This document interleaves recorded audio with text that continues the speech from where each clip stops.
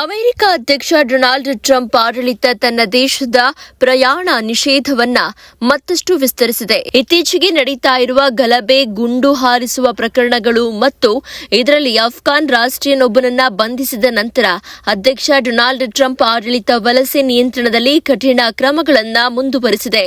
ಜೂನ್ನಲ್ಲಿ ಟ್ರಂಪ್ ಅವರು 12 ದೇಶಗಳ ನಾಗರಿಕರು ಅಮೆರಿಕಕ್ಕೆ ಭೇಟಿ ನೀಡುವುದನ್ನು ನಿಷೇಧಿಸುವುದು ಮತ್ತು ಇತರ 7 ದೇಶಗಳ ನಾಗರಿಕರಿಗೆ ನಿರ್ಬಂಧಗಳನ್ನು ವಿಧಿಸುವುದು ಎಂದು ಘೋಷಿಸಿತ್ತು. ಇದೀಗ ಮತ್ತೆ 5 ದೇಶಗಳನ್ನ ಈ ಪಟ್ಟಿಗೆ ಸೇರಿಸಲಾಗಿದೆ. ಈ ಹೊಸ ವಿಸ್ತರಣೆಯು ರಾಷ್ಟ್ರೀಯ ಭದ್ರತೆಯ ಹಿತದೃಷ್ಟಿಯಿಂದ ಮಹತ್ವದ್ದು ಅಂತ ಆಡಳಿತ ಹೇಳಿದೆ. 30ಕ್ಕೂ ಹೆಚ್ಚು ದೇಶಗಳಿಗೆ ಅಮೆರಿಕ ಪ್ರವಾಸ ನಿಷೇಧ.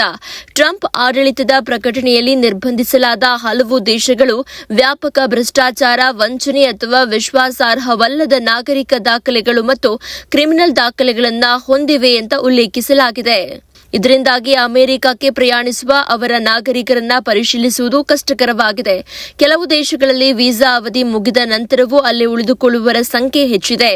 ಹೊಸ ಘೋಷಣೆಯ ಮೂಲ 12 ಹೈ ರಿಸ್ಕ್ ದೇಶಗಳಾದ Afghanistan, Burma, Chad, Congo, Equatorial Guinea, Eritrea, Haiti, Iran, Libya, Somalia, Sudan ಮತ್ತು ಯೆಮೆನ್ ದೇಶಗಳ ಪ್ರಜೆಗಳಿಗೆ ಸಂಪೂರ್ಣ ನಿರ್ಬಂಧಗಳನ್ನು ಮತ್ತು ಪ್ರವೇಶ ಮಿತಿಗಳನ್ನು ಮುಂದುವರಿಸಲಿದೆ. ಮತ್ತಷ್ಟು ಸುದ್ದಿಗಳಿಗಾಗಿ ನೋಡ್ತಾ ಇರಿ ಪಬ್ಲಿಕ್ ನ್ಯೂಸ್ 24x7. ಇದು ಸತ್ಯದ ಧ್ವನಿ.